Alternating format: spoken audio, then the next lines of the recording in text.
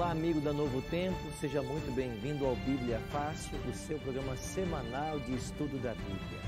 A cada semana nos reunimos para estudarmos um pouco mais do último e mais extraordinário livro da Bíblia, o livro do Apocalipse. Sabe que aqui no capítulo 1, verso 3 de Apocalipse, nós temos uma promessa divina. Ele diz que todos aqueles que estudam o livro do Apocalipse seriam bem-aventurados, se aprendessem e praticassem as coisas que o livro ensina. Por isso eu e você podemos ser felizes, bem-aventurados, ao estudarmos esse livro e ao entendermos o plano que Deus tem para todos nós. Chegamos agora ao capítulo 13 de Apocalipse e nesse capítulo nós vamos estudar o tema de uma besta que surge do mar. O que refere-se à besta na profecia? O que significa o mar? O que este poder, essa besta faria contra o povo de Deus? São perguntas que hoje nós iremos responder. Por isso, você é muito bem-vindo ao programa. Queria saudar também os nossos amigos que estão aqui conosco ao longo dessas semanas, aqui no Novo Tempo, em Jacareí, participando dessas gravações. Chegamos aí ao capítulo 13 de Apocalipse e hoje vamos entender um dos temas principais. Outro dia nós dissemos que no Apocalipse aparecem 4 bestas, uma no capítulo 11, 2 no capítulo 13 e uma no capítulo 17. Agora vamos estudar a primeira besta do capítulo 13 e na semana que vem nós estudaremos a segunda besta, uma que sobe da terra. E nós vamos entender perfeitamente qual é a obra desses 2 poderes que se levantam. Mas antes de abrirmos o livro sagrado, como é nosso hábito aqui, eu queria convidar você para nós orarmos, pedindo a bênção de Deus para esse estudo. Eterno Deus e bom Pai, muito obrigado por estarmos juntos mais uma vez e queremos suplicar a Tua companhia para estudarmos o Teu livro sagrado. Que o Teu bom e Santo Espírito se faça presente e que ao folhearmos o Teu livro sagrado agora, nós possamos compreender as verdades que o Senhor deseja nos ensinar. Em nome de Cristo é que nós choramos. Amém. Pois bem, abra sua Bíblia em Apocalipse capítulo 13, um dos capítulos mais extraordinários desse livro. E vocês irão perceber quantas revelações maravilhosas Deus nos faz através desse capítulo. Eu queria começar o estudo de hoje então. Nós vamos começar lendo o primeiro verso desse capítulo, 13, verso 1. O texto diz assim: Vi emergir do mar uma besta que tinha 10 chifres e 7 cabeças, e sobre os chifres 10 diademas, e sobre as cabeças nomes de blasfêmia. O que significa todo esse simbolismo? Estão lembrados que nós já estudamos aqui o porquê do simbolismo do Apocalipse? Por que Jesus nos deu esse livro através de símbolos? Porque se a verdade tivesse sido revelada de uma forma mais aberta, há muitos inimigos da verdade teriam tentado destruir esse livro e ocultar as verdades que ele ensina. Mas Deus, em sua sabedoria, velou verdades através de uma simbologia para que apenas ao sincero investigador da verdade ele pudesse descobrir. Nós também acreditamos de que não exista nada nesse livro que não possa ser compreendido. E por certo você já ouviu por aí alguém dizer assim: o Apocalipse é um livro que ninguém entende, não pode ser compreendido.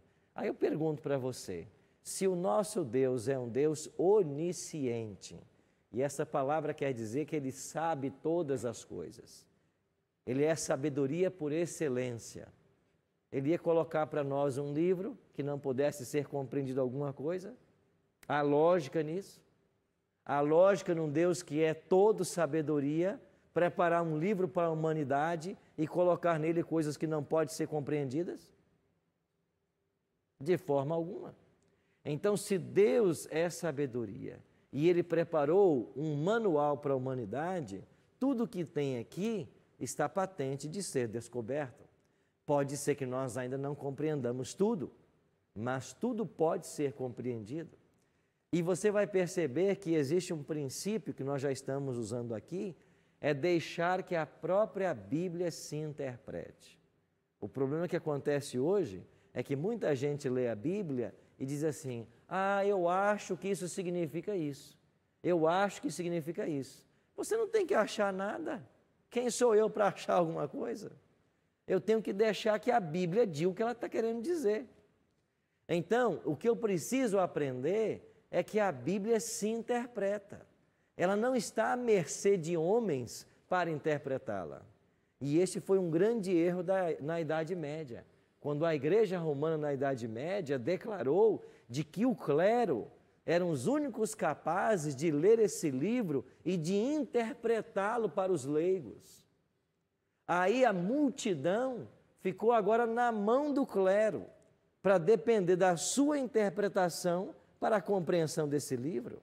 É claro que isso é uma estratégia diabólica, porque você colocar na mão de um líder a responsabilidade por dar a interpretação, isso quer dizer que ele passa a ser autoridade. E infelizmente eu posso estar falando para alguém aí que acha que a autoridade suprema em matéria religiosa é o seu pastor, é o seu presbítero, é o seu sacerdote, é o seu bispo, é o seu missionário. Ninguém é autoridade suprema para interpretar a Bíblia. A Bíblia tem que se interpretar a si mesma. E muitas pessoas, valendo-se disso, de que eles são os donos da interpretação, conduzem suas igrejas num cabresto. E esses membros só vão aonde esses líderes religiosos mandam ir. Só fazem o que eles mandam fazer, independente do que a Bíblia está ensinando. Então, se você vive essa situação, eu queria te convidar agora a ser liberto por Jesus Cristo, a sair desse cabresto, a não depender de interpretação de nenhum líder religioso. Sabe por quê? Porque Jesus disse assim: se um cego guiar outro cego, ambos cairão no barranco. E tem muito cego por aí querendo guiar os outros. Eu estou aqui para dizer para você hoje de que esse livro, ele se interpreta a si mesmo. E você tem que descobrir isso, porque você passa agora a ter contato direto com a fonte da verdade.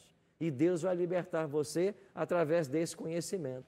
Agora, enquanto você ficar dependendo de pastor, de líder, de padre, para dizer para você o que é certo e o que é errado, você está confiando a sua vida eterna na mão de uma pessoa que você mal conhece. Você teria coragem de fazer isso? Confiar a sua vida eterna a qualquer pessoa? Então, para que você não erre o caminho, nem eu, nós temos que aprender que esse livro se interpreta. Então, pegue, por exemplo, Apocalipse 13, 1. Aí diz que uma besta se levanta do mar, e esta besta tem 7 cabeças, 10 chifres e nomes de blasfêmia. E aí, pastor, o que significa isso? Vamos deixar que a Bíblia diga para nós. Então, quando você vai para a palavra de Deus, você descobre lá em Daniel capítulo 7, versos 3 e 17, que a besta significa reino ou poder. Vamos dar uma olhadinha nesses versos? Marque aí Apocalipse 13, porque nós vamos voltar a esse texto, e vá agora para o livro de Daniel. Eu vou dar a página para vocês agora. Você que nos acompanha em casa, talvez a paginação não confira, mas nós iremos ler aqui Daniel 7, 3 e 17, na página 593. Página 593. Daniel capítulo 7, verso 3. Olha o que diz a palavra de Deus. 4 animais grandes, diferentes uns dos outros, subiam do mar. Você entende que a palavra besta ou animal é a mesma coisa? Aqui você tem a expressão bíblica hebraica therion, ou grego, né? Therion, que é a palavra besta ou animal.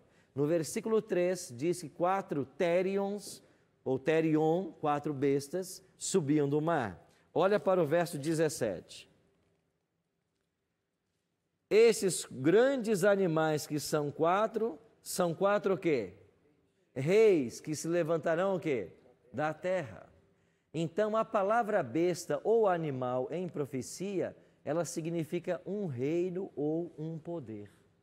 Isso é que significa besta. Então, quando o Apocalipse diz que uma besta está surgindo do mar, ela está falando de um poder, de um reino que está se levantando. Agora, quando ela diz do mar, O que significa isso? Bom, basta nós irmos para Apocalipse, capítulo 17. Vá lá de novo para Apocalipse, onde nós estávamos. Olha agora o capítulo 17 e dê uma olhadinha no verso 15. Falou-me ainda, Apocalipse 17, 15. As águas que viste, onde a meretriz está assentada, são o quê? Povos, multidões, nações e línguas. Então, se as águas são povos, multidões, nações e línguas, em Apocalipse 13, eu tenho um poder que se levanta no meio dos povos. Ou seja, um local densamente povoado. Agora, esse poder que se levanta, diz o Apocalipse que ele tem 10 chifres. Olha o capítulo 17, no verso 12 de Apocalipse. 17, 12.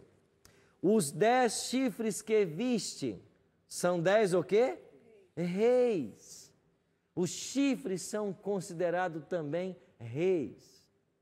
A Bíblia está dizendo para mim o que são esses chifres. Agora, esse poder tinha também 7 cabeças. Olha o verso 9 agora. 17, 9.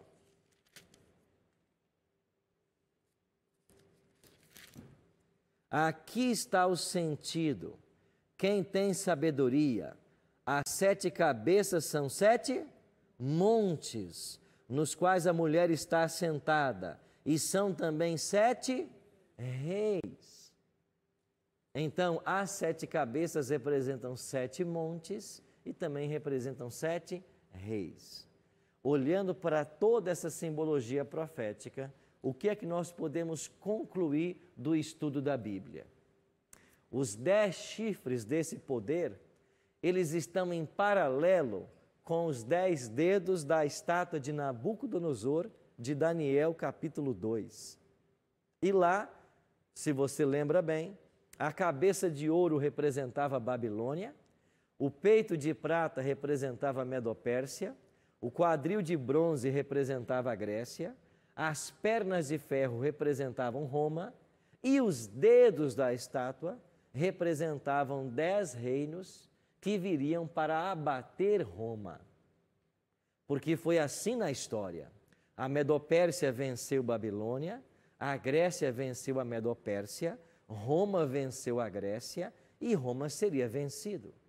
Aí eu pergunto, qual foi o império mundial que derrotou Roma? Não tem um império mundial, mas a história mostra que foram 10 tribos bárbaras.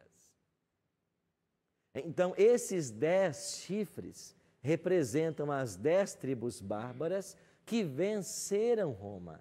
Quem são esses 10 reinos ou tribos bárbaras? Segundo Isaac Newton e os historiadores modernos também, são os vândalos, álamos, suevos, visigodos, burgundos, francos, lombardos, anglo-saxões, ostrogodos e érulos. Foram estas as 10 tribos que, a partir do ano 352, começaram a invadir a Itália até provocar a queda do Império Romano no ano 476. Então, nós temos uma ligação desse poder que se levanta com as 10 tribos bárbaras que derrotaram o Império Romano. E as 7 cabeças? Aí diz que são 7 montes. O que representa um monte na profecia? Também representa um reino, também representa um poder. Você está lembrado quando o povo de Deus foi levado para a Babilônia escravo por Nabucodonosor no 6º século? Eles lá em Babilônia escreveram um salmo e diziam assim: que saudades nós temos de Sião. Sião é um monte, mas eles estavam com saudade da montanha? Não, eles estavam com saudade da sua cidade, do reino de Israel, de onde eles moravam. Então a montanha na Bíblia, ela tipifica um reino. Diz também que são 7 montes e são 7 reis. É por isso que monte também significa rei. Aí eu pergunto, quais são então esses 7 montes ou 7 reis que representados pelas 7 cabeças? São 7 impérios que ao longo da história se opuseram ao povo de Deus. Exatamente 7. E quais são os impérios ao longo da história que se opuseram ao povo de Deus? Vamos começar com o Egito. Por que começar com o Egito? Porque quando o povo de Deus foi para... José primeiro foi vendido para o Egito, estão lembrados? Lá no Egito ele vira governador. Ele manda trazer seus irmãos, sua família. Todo o povo de Deus vai para o Egito. Faraó gostava de José, mandou esse povo morar na terra de Gósen, a terra mais fértil que havia no Egito. Lá é uma boa terra para vocês vão para lá. Aí morre o faraó que conhecia José, vem um outro faraó que não conhecia, faz o quê? Esse povo é mais numeroso que os egípcios e escraviza o povo de Israel. E quantos anos Israel ficará escravo dos egípcios? 4 séculos. 4 séculos. 4 séculos não são 2 dias, hein? 4 séculos. O Egito foi o primeiro império a escravizar o povo de Deus. É por isso que ele é a primeira cabeça. Depois do Egito, quem é que dominou o mundo? A Assíria. E o que é que fez a Assíria com o povo de Deus? Lembra que quando morre Salomão, as tribos se dividem? 10 tribos vão para o norte e colocam sua capital em Samaria, e 2 ficam ao sul, capital em Judá. O Império Assírio foi lá para Samaria, no ano 722 a.C., e destruiu as 10 tribos do norte. Eram 12, a Assíria acabou com 10. Essa é a segunda cabeça desse poder. Depois veio a Babilônia. O que fez a Babilônia? Pegou as 2 tribos que sobraram, que estavam em Judá, e levou para cativeiro em Babilônia. Por quantos anos? 70 anos, diz a Bíblia. 70 anos escravizou as 2 tribos que sobraram, Judá e Benjamim. Depois veio a Medo-Pérsia. O que fez a Medo-Pérsia contra o povo de Deus? Lembra você, no período da rainha Ester, quando eles tentaram acabar com todos os judeus? Aquele ataque aos judeus, período Medo-Persa.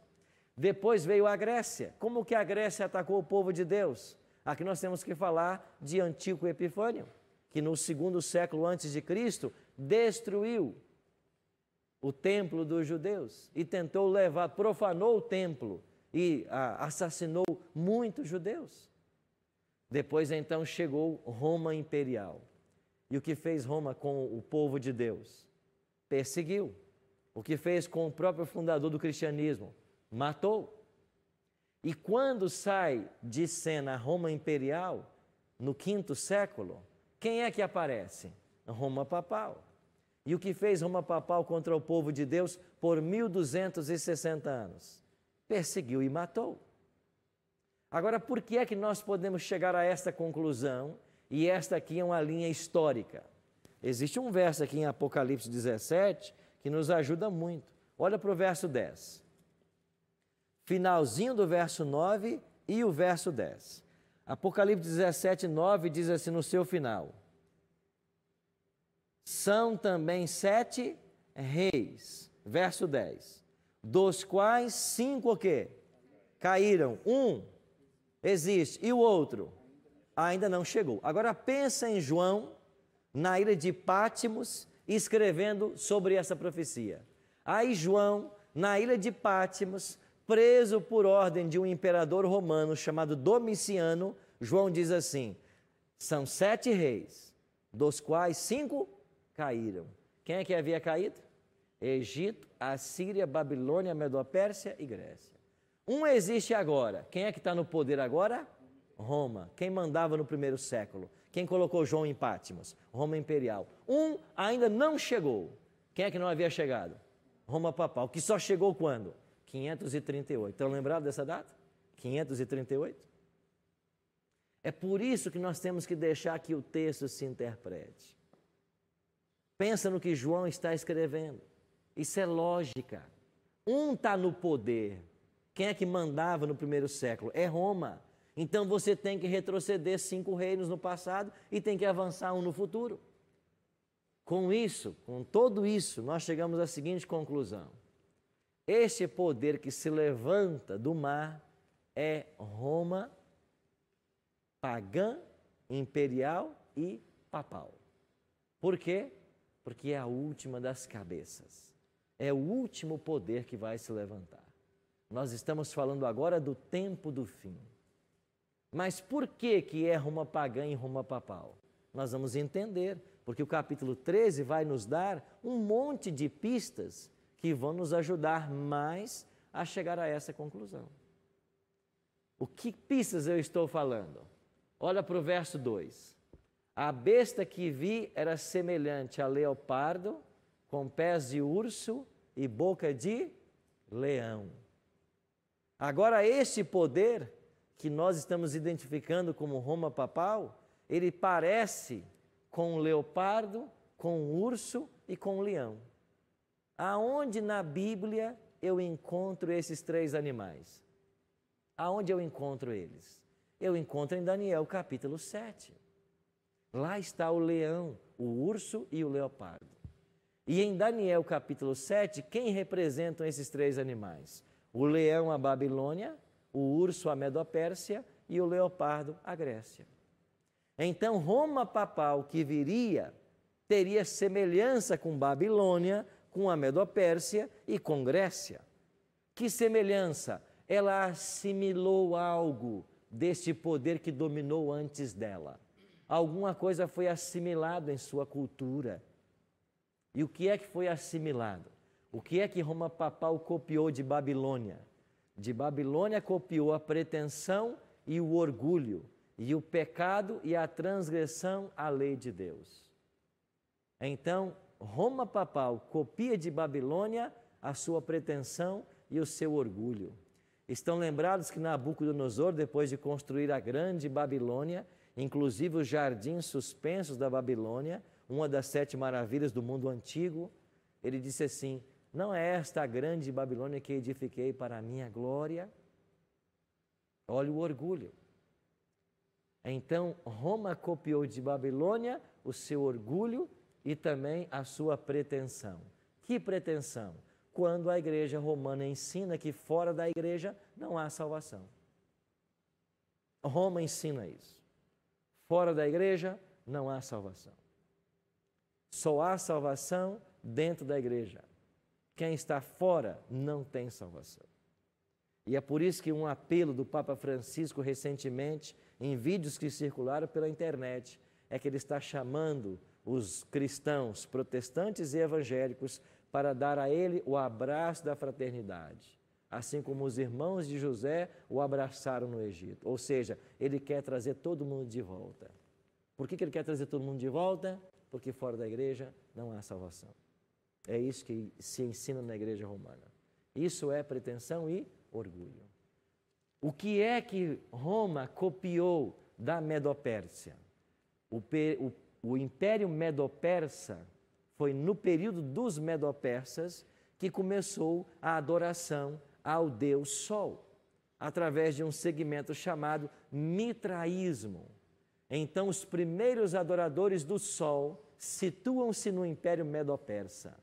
E aí Roma copia isso dos Medo-Persas. Por quê? Porque agora Roma diz que o venerável dia do Sol é o dia de repouso.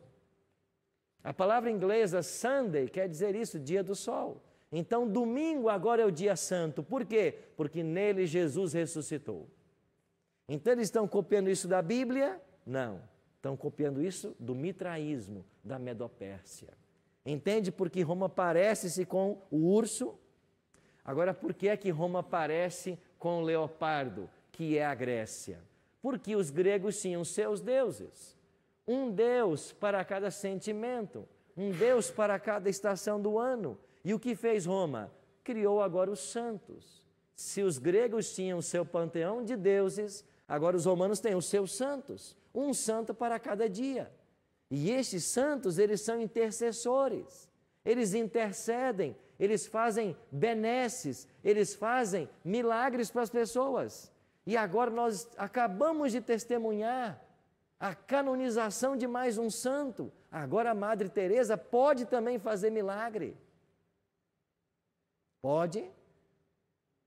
A Bíblia diz que ela está morta. Ou melhor, ela está morta e a Bíblia diz que quem está morto não pode nada. Não tem consciência de nada. Amigo, você percebe como a palavra de Deus é séria? Você percebe como que Roma copiou esses esses poderes do passado, nessas tradições que não são bíblicas.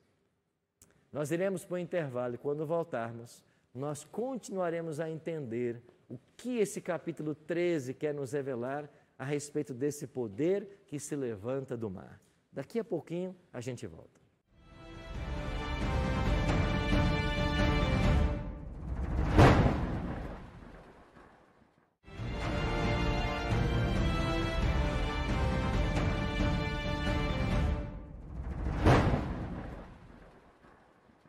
Estamos de volta com o programa Bíblia Fácil. Talvez estamos apresentando várias informações que você não conseguiu nem anotar, não é verdade? Não se preocupe, nós temos uma revista com todo o conteúdo que estamos falando aqui. E essa revista é um presente que a Novo Tempo tem para qualquer pessoa em nosso país. Se você está em qualquer lugar desse Brasil, você pode solicitar essa revista para nós e nós vamos enviar para a sua casa inteiramente grátis como um presente da Novo Tempo. Quais são os canais pelos quais você pode solicitar essa revista? Você pode ligar para Novo Tempo, para a Escola Bíblica, em horário comercial. O nosso telefone é 0 operadora 12 21 27 3121. Vai aparecer aqui na sua tela. Você pode mandar para nós uma mensagem também pelo WhatsApp. O WhatsApp da Escola Bíblica, exclusivo para pedir estudos bíblicos, não para outra coisa. Só para pedir estudos bíblicos é 12 9 8100 1615. Repetindo, 12 9 8100 1615. Diga assim, eu quero a revista do Apocalipse. E aí vamos começar a mandar mensagens para você para pegar os seus dados postais para enviar para a sua casa. Se você tem acesso à internet, acesse a nossa página novotempo.com/Bíblia Fácil. Ali você vai ver a revista, clica nela, vai aparecer um formulário, preencha os seus dados postais e nós enviaremos então para a sua casa. Aproveita, já que está na internet, para curtir nossas redes sociais, facebook.com/Bíblia Fácil, se torne um assinante do nosso canal no YouTube, youtube.com/Bíblia Fácil e curta as nossas fotos no Instagram, @Bíblia Fácil. Vamos ajudar a disseminar o conhecimento da Palavra de Deus e as redes sociais se servem para muitos fins negativos, vamos usá-las também para um fim positivo e levar uma mensagem de esperança para aqueles que precisam? Pois bem, há momentos atrás falamos que esse poder do capítulo 13 de Apocalipse, que nós estamos identificando como Roma pagã e papal, se assemelhava a 3 animais. E esses 3 animais representavam Babilônia, Medopérsia e Grécia. Cacai, tinha uma pergunta. Sim, com relação à questão dos santos que o senhor colocou, eu sou católico e eu aprendi desde a minha infância com meus familiares, né, bisavós, avós, pais, enfim, que essa coisa da cultura, da tradição, dos santos, da fé no santo, na santa e tal. Só que eu tinha o hábito de pedir para o santo. A partir do momento que eu comecei a ler a Bíblia, o livro dos Salmos, Provérbios, Sabedoria e depois o Evangelho, eu comecei aí a aprender a pedir corretamente. Ou seja, eu aprendi através da Bíblia que os santos eles são intercessores, né? E ali também está escrito que ninguém vai ao Pai senão por ele, o Filho. Então, como eu faço para chegar ao Pai? Eu peço a intercessão dos santos da minha devoção, né, por exemplo, ao Filho que intercede ao Pai. Essa foi a forma que eu aprendi. Ok. Né? Agora, tem pessoas que falam, por que tu não vai a Deus direto? Por que tu não vai direto a Deus? Por que tu não vai ao Pai direto? Né? Porque eu aprendi assim. E também aprendi que ninguém vai ao Pai senão por Filho. Como fica essa questão, né, de pedir a intercessão? O senhor colocou há pouco que agora a Madre Teresa de Calcutá acabou de se tornar santa. Mais uma santa. Ok. Mas ela morreu. E agora? Deixa eu responder a sua pergunta com o texto da Bíblia. todas as pessoas que morreram, o que acontecem com elas? Em Eclesiastes capítulo 9, verso 6, está escrito assim. Posso ler então desde o verso 5. Porque os vivos, Eclesiastes 9, 5. Porque os vivos sabem que hão de morrer, mas os mortos não sabem coisa nenhuma. Nem tampouco terão eles recompensa, porque a sua memória jaz no esquecimento. Verso 6. Amor, ódio, inveja, para eles já pereceram, para sempre não teres mais parte em coisa alguma do que se faz debaixo do sol. A Bíblia é unânime em dizer de que quem morre está dormindo. Esta é a linguagem do Antigo Testamento e a linguagem do Novo Testamento. O próprio Cristo, quando Lázaro morreu, lá em João capítulo 11, ele disse assim para os discípulos, Lázaro morreu, morreu, mas vou despertá-lo. Lázaro dorme. Quando ele foi visitar aquela menina, filha de Jairo, que tinha 12 anos, e ele, quando chegou na casa, disse, ela não está morta, ela dorme. Jesus comparou a morte a um sono. A Bíblia faz isso. Paulo diz que quando Jesus voltar, aqueles que dormiram em Cristo ressuscitarão primeiro. Então, quem morreu está dormindo. E esse estar dormindo é estar num estado de inconsciência. Como a Bíblia ensina, eles não têm participação em coisa alguma que se faz debaixo do sol. Logo, por mais santo que tenha sido Paulo, Pedro, Tiago, João, e eu acredito na santidade desses homens. Eu acredito piamente que todos eles estão salvos. Mas aonde eles estão? Sepultados. E quando eles vão ressuscitar? Quando Jesus voltar. Se eles estão sepultados e inconscientes, dormindo o sono da morte, eles não podem interceder por ninguém. Então Cristo, na oração do Senhor, que é a oração modelo, Mateus capítulo 6, verso 9 a 12, Jesus diz assim, você quando orar, você ora ao Pai, Ele é teu Pai. E depois lá em João capítulo 16, ele vai dizer, e tudo que você pedir ao Pai em meu nome, isso farei. Então eu devo orar a Deus em nome de Jesus. Pastor, Eduardo? Eles dormem, mas com o corpo na sepultura ou em um lugar reservado por Deus? Foram sepultados e o corpo que eles tinham, depender do tempo, não existe mais. A própria terra já assimilou esse corpo. Não existe mais nada. O que vai acontecer na volta de Cristo? Aquele que estiver salvo, Deus fará um milagre, o milagre da recomposição. E aquele corpo que ele morreu, ele será todo refeito. Só que para o salvo, ele vai ser refeito e glorificado. O corpo que os salvos terão por toda a eternidade. Então ele está dormindo em um local reservado por Deus. Até porque existe o crematório. Né? Como ficam as pessoas que são cremadas? Né? Não tem nenhum problema se ela é cremada, se a cinza é lançada no mar, se é na terra, se morreu com uma explosão. O corpo se desfez ou se desfará em algum momento. Agora, Deus na ressurreição vai recompor esse corpo e fazê-lo glorioso. Natália? Pastor, voltando ao assunto de morte. O corpo desaparece, o espírito retorna para Deus. Volta para Deus que o deu. Sim, e a alma fica onde? Lembra que a alma é a junção do espírito e do corpo? Quando a pessoa morre, a alma desaparece. Porque nós não temos uma alma, nós somos uma alma. Certo. E na morte, a alma deixa de existir. Mas, pastor, quando a gente morre, a alma não sai e não vai vagar por aí. Você está assistindo muito Ghost. Está assistindo muito filme. Quem ensina isso é Hollywood. E por trás dos filmes e novelas está o próprio Satanás, levando a sua mensagem. Quando a pessoa morre, acabou. Se ninguém levar para o cemitério, nem para lá ela vai. Ela fica onde está. Então a morte, quando ela chega, ela acaba com a alma. Porque nós não temos uma alma. Nós somos uma alma. Quem ensina que nós temos uma alma e o corpo é a prisão da alma, isso é Platão. Agora, se você quiser seguir a filosofia, você crê nisso. Se você quiser seguir a teologia, você não crê. Então, Bíblia é teologia, filosofia é outra coisa a ser discutida. Pastor, Zé Luiz. Você falou do... Quando a gente peca. Quando pecamos. E a gente nos recolhemos nos nossos aposentos, faz uma oração para Jesus Jesus falou isso em Mateus 5, e ele né? leva ao Pai, Mateus 6, 5 em diante. né? E é dessa forma, então, que faríamos É assim para... que a gente pede perdão. Não precisa... Não. Jesus falou assim, Mateus 6, 5 em diante.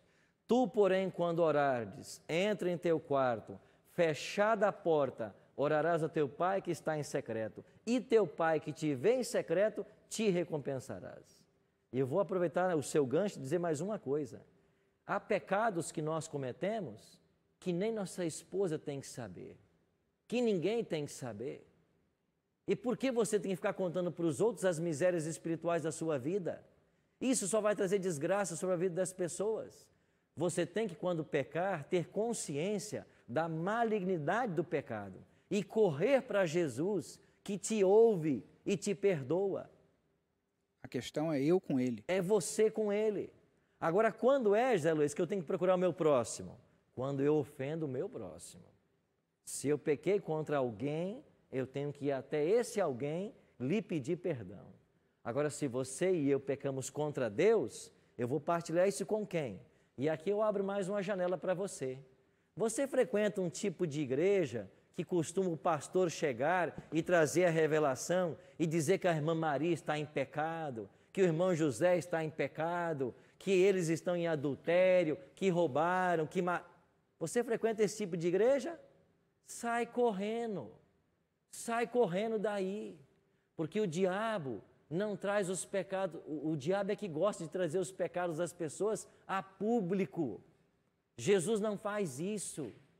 Aquela mulher pecadora lá em João capítulo 8, que estava para ser apedrejada, Jesus não chegou e disse, você é uma adúltera mesmo, foi induzida, mas adulterou, você... Não, Jesus começou a escrever no chão o pecado daqueles que estavam ali, e depois perguntou para eles assim, quem aqui nunca pecou, atire a primeira pedra. E eu pergunto para vocês, quem ali na multidão podia atirar a pedra naquela mulher? Quem? Não é a resposta certa. Quem podia? Jesus. Ele podia. Ele podia. Ele podia pegar aquelas pedras e tacar na mulher. A lei deixava ele fazer isso. A lei dizia, quem peca tem que ser apedrejado. Ele podia. Ele fez isso? Então você, pastor, quando revela publicamente o pecado dos seus membros, pecados que às vezes são ocultos, que poderiam ter sido resolvidos de forma oculta, você está pegando uma pedra que Jesus disse que quem não tem pecado atira e você está atirando. É isso que você faz. E se você frequenta uma igreja assim, que todos os cultos expõem os pecados nesse tal de revelação, um conselho meu, sai correndo. Isso não é um ambiente para você, não. Porque Jesus falou assim, você quando pecar, você vai ao Pai, acerta as contas com Ele. É Ele que pode pedir perdão. Webertin? Eu vou, como passou para o capítulo 5, eu queria voltar no versículo 4 de Apocalipse 13, que fala assim, e adoraram o dragão, porque deu autoridade à besta. Só que, né, na programação passada, em Apocalipse 12, fala que o dragão é a antiga serpente, que se chama Diabo e Satanás. Aqui está dizendo que se eu estou adorando a besta, eu estou adorando o próprio Satanás? Claro. Por quê? Porque é o poder por detrás da besta. O que esse poder está fazendo com a besta? Ele está disseminando o engano. E nós estamos falando de uma coisa muito séria. A primeira delas foi essa blasfêmia. Qual é a blasfêmia? A pretensão de que eles podem perdoar pecados. E eu vou entrar agora na segunda blasfêmia, depois que eu der a oportunidade ao Cacai. Só para deixar bem claro isso, não só para nós aqui do grupo, mas principalmente para os milhões de telespectadores, que também, com certeza, têm muitas dúvidas e, infelizmente, também a ignorância que a gente tem antes de conhecer as coisas. Para me entender bem, para ficar claro para mim, né? Uhum. Estou sentado aqui agora. Quero fazer uma confissão. Quero me confessar. Uhum. Como é que a Bíblia nos ensina corretamente de como eu fazer a confissão e receber o perdão? É o que eu acabei de mencionar. Eu mencionei, mas posso ler para você de novo. É o que Jesus ensinou em Mateus capítulo 6, quando Jesus diz assim, Mateus capítulo 6, verso 5. Quando orardes, não sereis como os hipócritas, porque gostam de orar em pé nas sinagogas e nos cantos das praças para serem vistos dos homens. Em verdade vos digo, eles já receberam a recompensa. Tu, porém, quando orares, entra no teu quarto, fechada a porta, orarás a teu pai que está em secreto, e teu pai que te vê em secreto, te recompensarás. Você cometeu pecados, quer se confessar? Se põe de joelhos no seu quarto e diga para Deus tudo o que você precisa dizer. Peça perdão a Ele. E o Espírito Santo virá sobre você, te dando o perdão. E você se levanta perdoado e fortalecido para não mais cometer aquele erro. É assim que a palavra nos ensina. Esse perdão eu peço a Jesus que interceda. Você pede a Deus. A Deus. E no final diga, eu te peço tudo isso em nome de Jesus. Okay. Porque Jesus, no capítulo 16 de João, disse assim, tudo quanto pedires ao Pai em meu nome, isso farei, para que o Pai seja glorificado no Filho. Perfeito. Ok? Segunda blasfêmia desse poder. João 10, 33. Responderam-lhe os judeus, não é por boa obra que te apedrejamos, e sim por causa da blasfêmia, pois sendo tu homem, te fazes o quê? Deus a ti mesmo. Jesus disse no versículo 30, eu e o Pai somos um. João 10, 30. 10, 33. Eles acusam dizendo, você blasfemou, porque você se igualou a Deus. Jesus blasfemou? Não. Por quê? Porque Ele é Deus. Mas todo ser humano que se denomina Deus está com isso blasfemando. Pois não é isso que fizeram os papas ao longo da história? Não é isso que declarou o Papa Gregório XIII? Nós, os papas, temos o poder de Deus na terra. Não é isso que acontece nas cerimônias? Quando os seres, os homens têm que se ajoelhar diante dessa autoridade. Porque Ele é o próprio Deus na terra. Ele é o representante de Deus. E daí se desenvolveu uma outra doutrina chamada a infabilidade papal. Então isso é blasfêmia à luz da Bíblia. Carolina? Pastor, tem uma dúvida. As pessoas que se confessaram para outras pessoas ao longo da vida também praticaram blasfêmia contra Deus, mesmo no engano? Se elas não sabiam que estavam errando, claro que não. Porque nós aprendemos em Atos 17:30 que Deus não leva em conta o tempo da ignorância. É como o Cacai mencionou.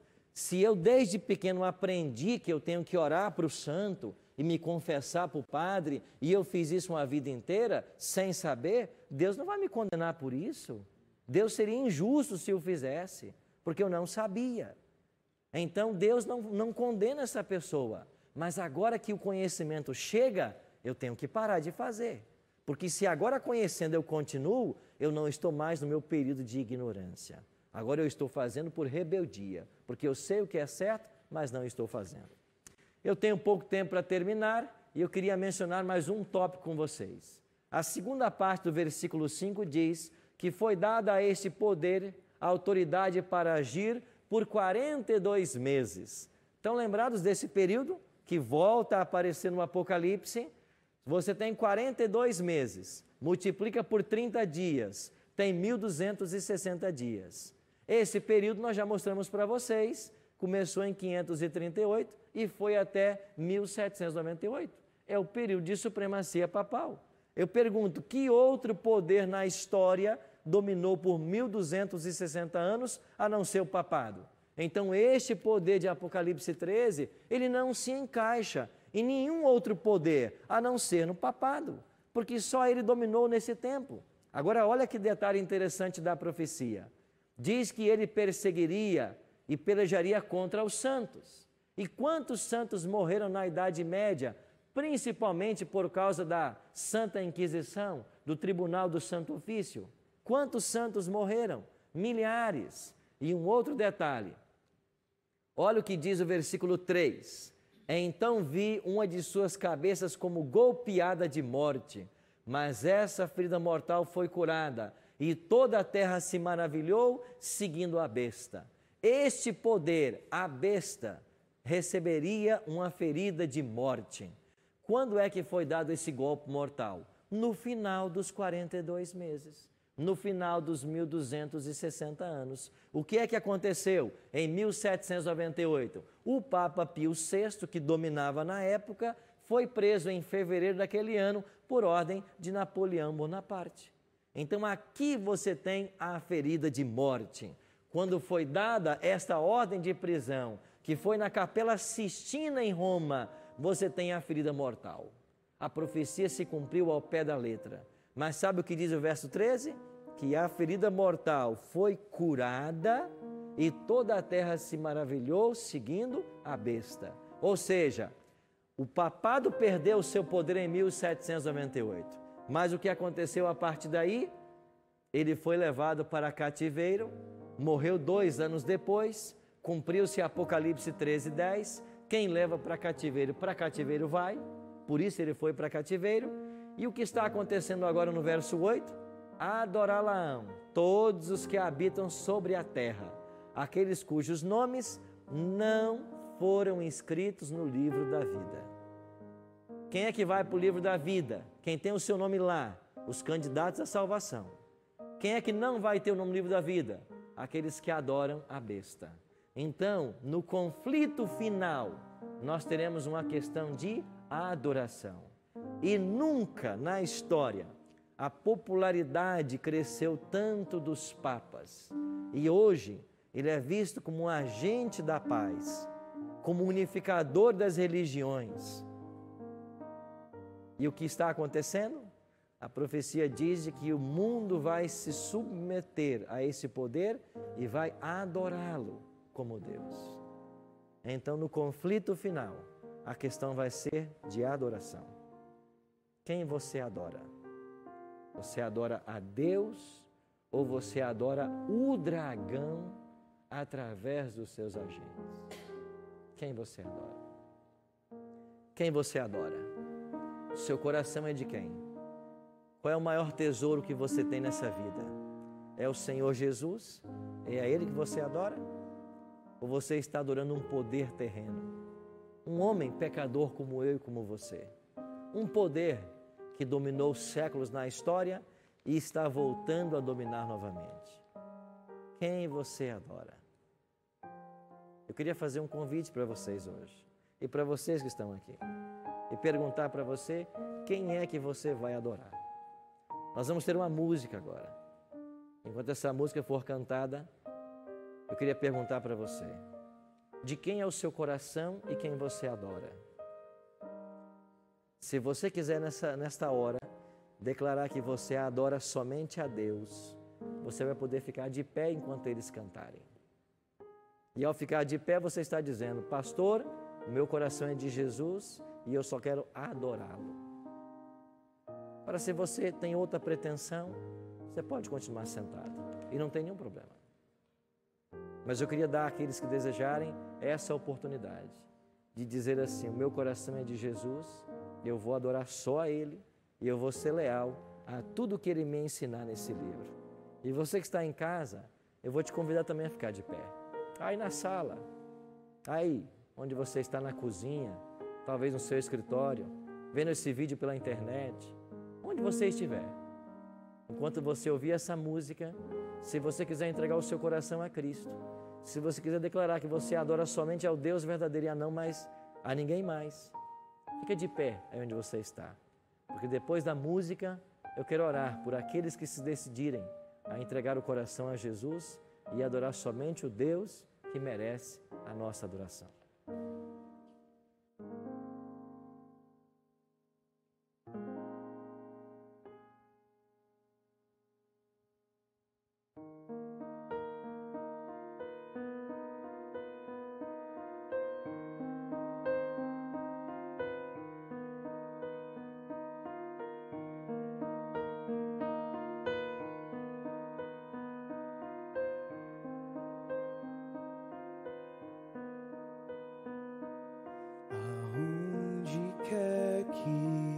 Seja aqui, esconde o teu tesouro,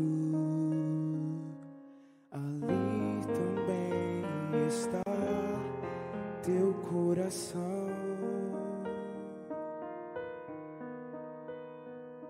Se aqui na terra o esconderes, ladrões podem roubá-lo, ou pode escondê-lo lá no céu. Há um tesouro no final da jornada dessa vida. Ele é a razão do meu viver. Cristo é o tesouro, Ele é a razão pela qual eu vivo. Será o meu tesouro até morrer.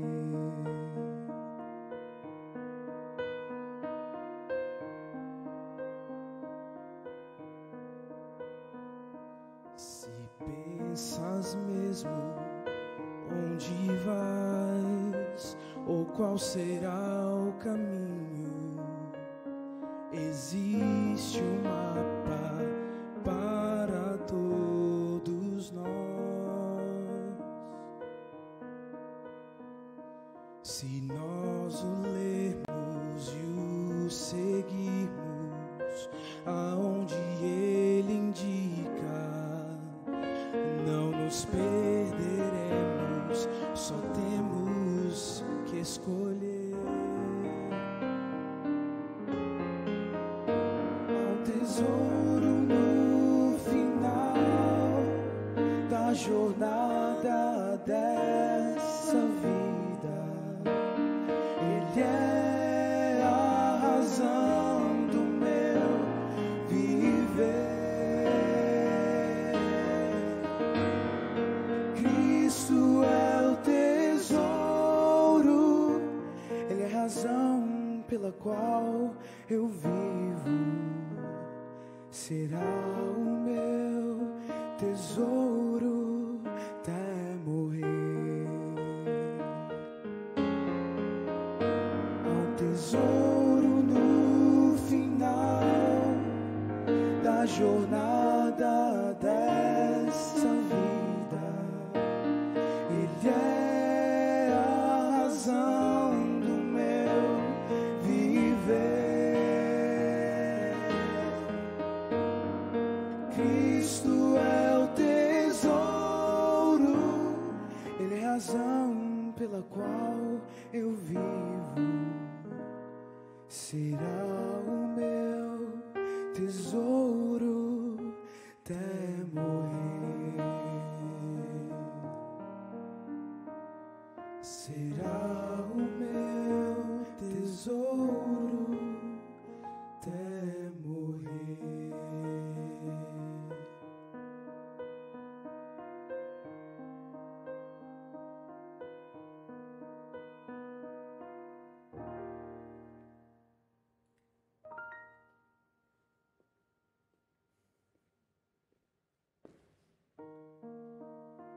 Aqui no auditório, muitos se colocaram de pé, dizendo que vão adorar somente a esse Deus verdadeiro, vão entregar suas vidas ao Senhor. Certamente aí em casa, muitas pessoas estão de pé agora, declarando a mesma coisa. Eu queria orar por você, para que essa decisão fosse sincera em teu coração e para que você, a partir de hoje, adore somente a Jesus como teu Salvador. Busque somente a Ele para perdão dos seus pecados. Entregue sua vida nas mãos dEle e Ele vai te conduzir a um final feliz. Vamos orar? Pai Santo, louvado e exaltado seja o Teu santo nome, pelas maravilhosas bênçãos que tem derramado sobre a vida de todos nós. Os que estão de pé nesta hora estão Te declarando como Deus verdadeiro, como o único Deus que merece nosso louvor e a nossa adoração. Nós queremos suplicar que a Tua bênção venha para a nossa vida. Quero orar por esses que estão aqui no estúdio conosco da Novo Tempo. Que cada um deles receba a Tua bênção e a Tua ajuda. Que o Senhor possa dominar completamente em nossas vidas e tomar conta de nosso coração. Oramos, Pai, por esses que estão em casa, que nesse momento também estão de pé. Que o Teu bom e Santo Espírito abrace a cada um deles e que eles sintam no íntimo do seu coração agora a presença de Jesus, o perdão que o céu pode lhes oferecer e que as suas vidas possam ser transformadas por esse mesmo Espírito. É em nome de Jesus que nós te oramos.